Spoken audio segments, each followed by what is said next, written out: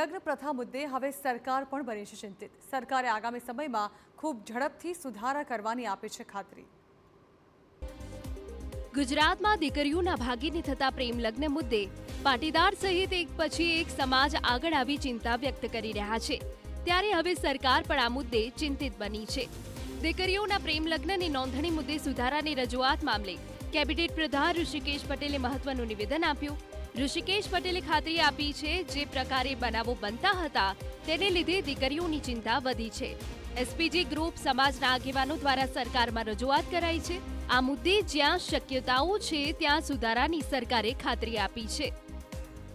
શક્યતાઓ છે ત્યાં તમામમાં સુધારાઓ કરવાની ખાતરી પણ આપી છે, જેથી કરી આવતા સમયમાં દીકરીઓ જે સ્લીપિંગ એજના અને સ્લીપિંગ એજ સમય જે બનાવો બને છે એ પ્રમાણમાં ખૂબ ઘટી જાય એ પ્રકારની ખાતરી આપી છે। આગામી સમયમાં ખૂબ ઝડપથી સુધારા તરફ સરકાર આગળ વધી।